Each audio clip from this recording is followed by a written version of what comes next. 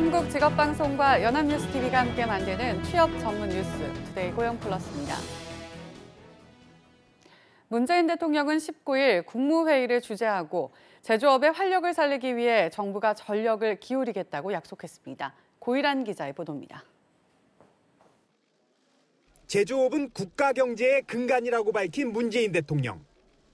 제조 분야의 고용 부진이 계속되고 있는 것이 우리 경제의 가장 어려운 점이라고 지적했습니다.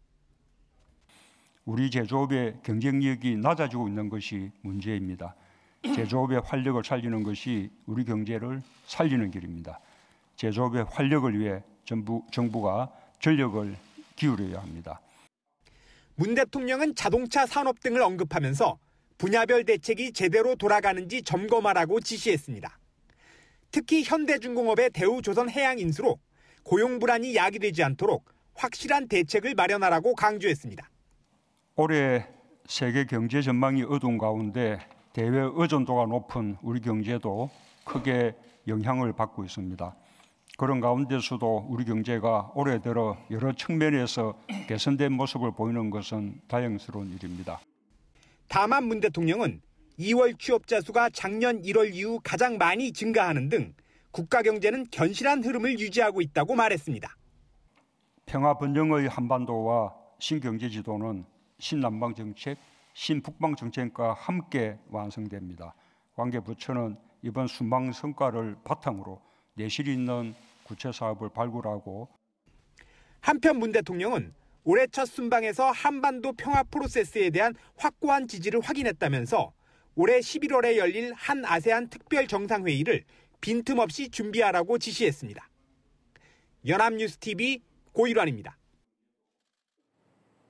사회적 대화기구인 경제사회노동위원회에서 파열음이 갈수록 커지고 있습니다. 노동 현안들이 수렁에 빠져들면서 출범 4개월 만에 무용론까지 나오고 있습니다. 강은나래 기자입니다. 경사노위에서 거수기가 되지 않겠다고 선언한 청년, 여성, 비정규직, 계층위원들의 복귀는 아직 요원한 상태입니다. 미조직 노동자들에게 엄청난 영향이 예상된다며 탄력 근로제 확대 합의에 반발하고 있습니다. 논의 과정에서 소외되지 않도록 위원장이 책임지고 방법을 찾겠다. 본인들은 탄건제 논의가 안 돼야 된다고 하지만 탄건제 논의가 될 수밖에 없다는 조건이죠.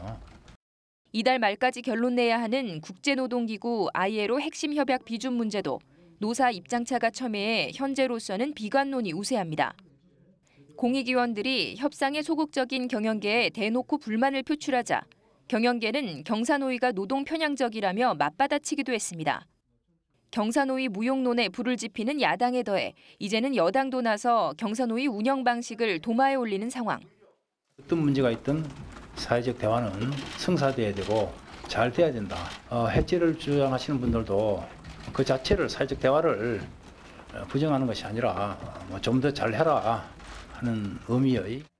이 같은 상황에서 노동계를 대표해 사회적 대화에 참여해온 한국노총의 내홍도 악재로 겹쳤습니다. 한국노총 소속 단위노조 부서부장들이 지도부의 탄력근로제 확대 합의는 야합이라며 경사노위 해체를 요구하고 있습니다. 연합뉴스TV 강은나래입니다. 최저임금위원회 류장수 위원장이 최근 고용노동부에 사의를 표명했다고 고용부가 밝혔습니다. 공익위원 9명 중 고용부 소속 1명을 제외한 8명도 사표를 제출했습니다. 류 위원장 등은 정부가 추진하는 최저임금 결정구조 개편과 관련해 정부에 부담을 주지 않고자 사의를 표명한 것으로 알려졌습니다. 정부안대로 최저임금위가 이원화되면 기존 위원들은 모두 사퇴하고 구간설정위와 결정위를 새로 구성해야 합니다. 국내 주요 그룹 계열사의 사회이사 3명 가운데 1명 이상은 관료 출신인 것으로 나타났습니다.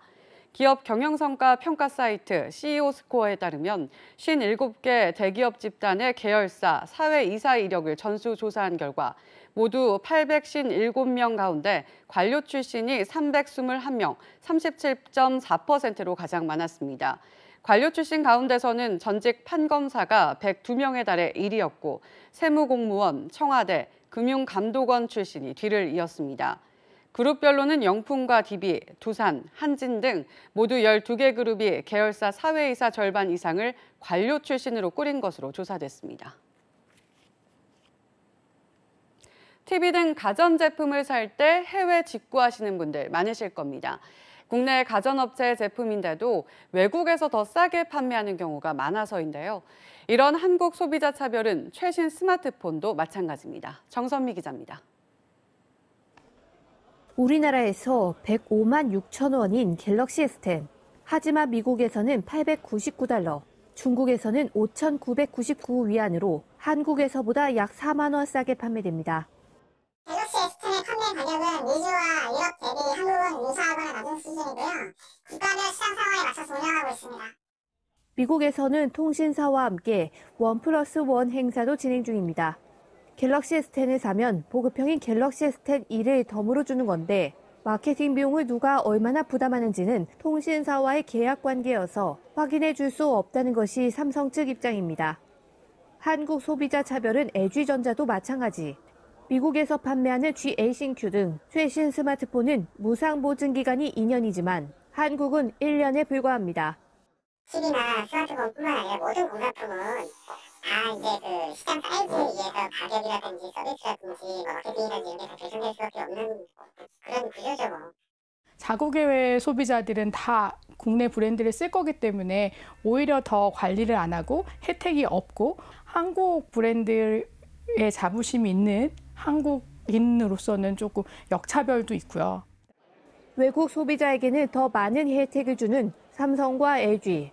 한국 소비자를 홀대한다는 비판을 피하기는 어려워 보입니다.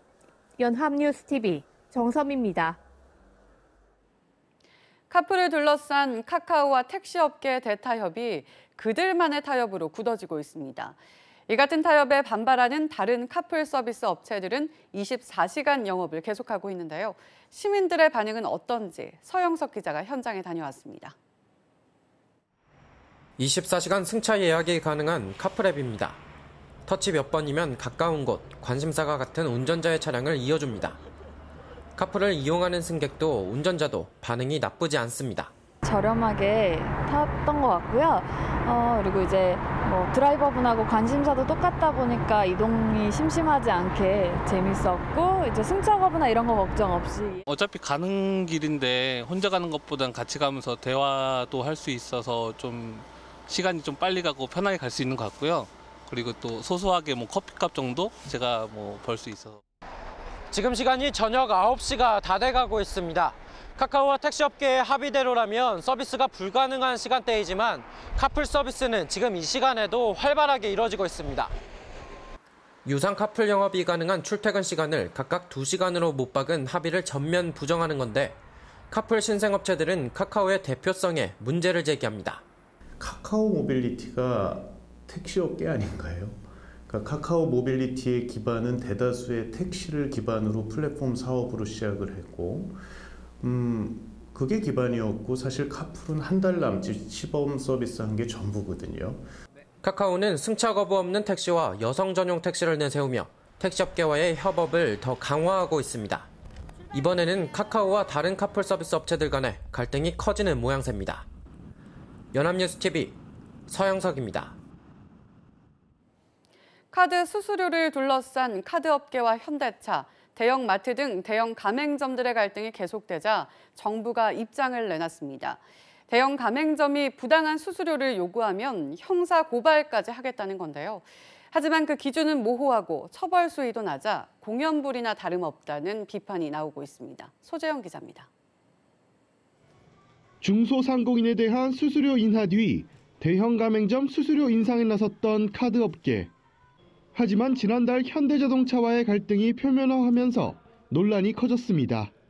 대형마트 등 다른 대형 가맹점들까지 수수료 인상에 반발하자 수수료 조정을 주도해놓고 뒷짐만 지고 있다는 비판을 받은 금융당국이 진화에 나섰습니다. 한마디로 자율적 합의가 우선이지만 소비자 피해가 발생하지 않도록 협상 과정을 계속 점검하겠다는 것입니다. 특히 대형 가맹점이 부당하게 낮은 수수료를 요구하면 위법 행위로 보고 형사고발까지 할 수 있다고 엄포를 놨습니다. 하지만 문제는 그 실효성입니다. 대형 가맹점 수수료율 실태를 조사하겠다는데 아직 시기도 방법도 미정 상태입니다. 더 큰 문제는 처벌 기준이 모호하고 처벌 수위도 솜방망이란 점입니다. 부당한 요구에 객관적 판단 기준이 없고 설사 위법하다 해도 현행법상 최대 처벌은 벌금 3천만 원에 불과합니다. 부당한 요구인지 아닌지를 따지기가 쉽지 않고 시장 논리가 있기 때문에 카드사들도 마음대로 그게 부당하다고 주장을 하기가 쉽지 않은 상황이기 때문에 번지는 논란에 뒤늦게 나선 금융당국. 하지만 당국이 손을 놓고 있다는 비판을 피하기 위한 면피용이란 볼멘 소리가 카드업계에서 나옵니다. 연합뉴스TV 소재형입니다. 전국 아파트 전셋값 하락이 계속되고 있습니다. 한국은행은 전셋값이 10% 떨어질 경우 3만 2천 가구의 집주인이 세입자에게 보증금을 돌려줄 수 없을 것이라는 분석을 내놨습니다. 배삼진 기자의 보도입니다. 올해 1, 2월에 거래된 아파트 가운데 전셋값이 2년 전보다 하락한 곳은 절반이 넘었습니다. 이 가운데 10에서 20% 하락한 아파트는 14.9%, 30% 이상 떨어진 아파트는 4.7%였습니다. 서울도 아파트 전셋값이 20주 연속 내림세로 강남 4구와 용산도 예외가 아닙니다. 수도권에서는 세입자를 구할 수 없는 역전세가, 지방에선 전셋값보다 집값이 더 떨어지는 깡통 전세가 나오고 있습니다. 최근 3년간 누적된 아파트 입주 물량이 120만 가구에 달하는 데다가 거래 절벽으로 이사 수요 자체가 줄어들다 보니까 한국은행에 따르면 전셋값이 10% 떨어지면 전체 임대 가구의 1.5%인 3만 2천 가구는 보증금을 돌려주지 못할 것으로 추정했습니다. 보증금 반환 자금으로 2천만 원 이하가 부족한 가구는 72.5%로 추정됐고 2천만 원에서 5천만 원 부족은 21.6%, 5천만 원 초과 부족은 6.9%로 분석됐습니다. 이른바 역전세가 나타날 정도로 주택시장이 위축될 때에는 보증금을 돌려주지 못하는 가구의 비중이 14.8%까지 커집니다. 집주인의 보증금 반환 능력이 떨어지고 있기 때문입니다. 갭 투자가 성행했던 지역은 이전 전세금과의 차익을 마련하지 못해 세입자에게 전세금을 돌려주지 못하는 사례가 늘고 있습니다. 한은은 전셋값이 큰 폭으로 하락한 지역의 경우 전세와 매매시장 위축, 금융기관 대출 건전성 저하, 대출 보증기관 신용 위험 증대로 이어질 가능성도 있다고 지적했습니다. 연합뉴스TV 배삼진입니다.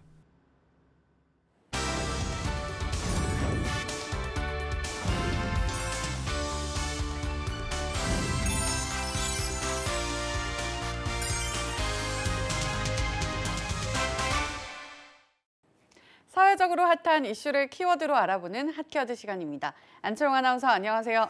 안녕하세요. 핫키워드 시간입니다. 지난 시간 공유 오피스를 통해 변화되는 사무 공간의 트렌드를 소개했는데요. 그런데 일반 기업에서도 또 다른 공유 문화를 통해 근무 환경 바꾸기를 시작하고 있다고 합니다. 바로 공유 좌석을 통해서 말이죠.